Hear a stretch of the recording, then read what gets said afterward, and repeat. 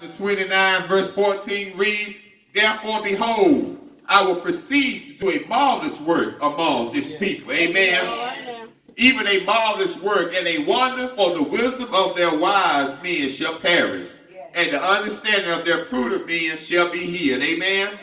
So I want you to know that this work that God is getting ready to do in the lives of his people, it's going to be a marvelous work. Amen. It's going to be a miraculous work. Amen. Amen. For in this time, in this season that we're living, we're getting ready to see miracles as never before. Amen. Oh, I'm not just surprised about what happened to Reverend Leonard a while back, but there's going to be more testimonies of miracles that's getting ready to take place. Amen. Why? Because we serve a God of miracles. We serve an awesome God. Amen. Amen. Knowing that everything that we need, it comes from him. For in this text, God began to talk through Paul concerning the believers at Philippi. Amen. One thing I've learned about believers that God got always somebody that'll get the job done. Amen. He has somebody that will stand in the gap. That no, for God I live, and for God I die. Amen. For since all of Paul's letters begin with an expression of God's grace to us, we may be tempted to think that it's simply a customary word of greeting. But in reality, people of God, God's grace is our foundation, our covering, and the spirit in which we live as believers. Amen. But we must know that it doesn't matter whatever the work it is in our life. If we have grace and mercy, we can stand the test. Amen. We can weather the storm. Amen. We can deal with the challenges of life. Amen.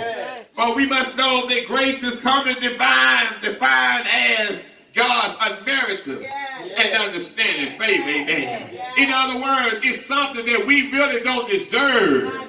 It's nothing that we really qualify of. Amen. It's nothing that we have did so good, but it's because of his grace and mercy. Amen. That we're able to stand. Amen. For according to Philippians chapter 2 and verse 8, amen, it talks about grace, are we saved through faith, amen. But Romans 5 and 2 says that by our faith we have obtained our introduction to this grace in which we stand, amen. But we must know, believers, that the only way that we're going to stand in this life, amen, we're going to have grace and we're going to have mercy, amen. For the Bible said that he be accompanied of this one thing, amen. In other words, you got to know that you know that you know, amen. You got to know that you are healed, amen. You got to know that you are delivered, amen. I don't care what's going on in your bank account right now, amen. I don't care what's going on in your business right now. If God says I'm coming out, amen. I don't care, glory to God, amen. For God wants us to know who we are and whose we are, amen. We must be confident in the things of God, amen. To know that this too shall pass, amen. It's not going to be this way always, amen. For the Bible said that weeping endure for a night, but joy cometh in the morning, amen. It may be night season in your life right now, but I want you to know that the joy of the Lord is your strength, amen. He will strengthen you through your storms, amen. He might will strengthen you through you have to die and come back up, amen. But one thing about it, God was with you, Reverend Leonard. For they gave you up, amen. But we must know, people of God, that with God we can do all things. We can do great and mighty things. Give God praise and power.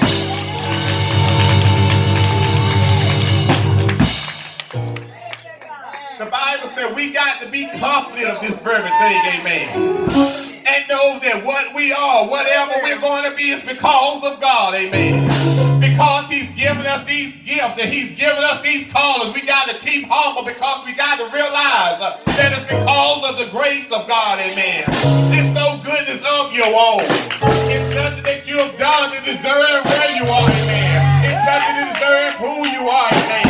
But because of the grace of God, we are saved, people of God. I don't know about you, people of God, but I'm glad to be saved.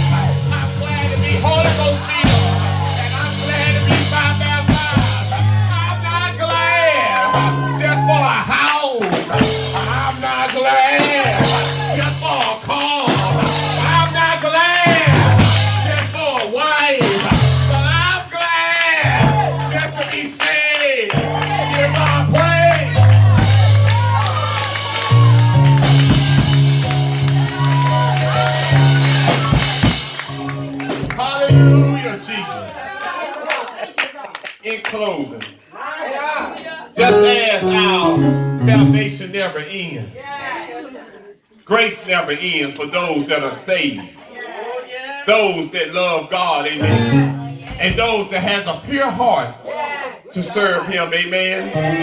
But that's why Paul could say in this text confidently, and so can we, because we serve the same God as Paul, that he who begun a good work in you will perform it until the day of Jesus Christ.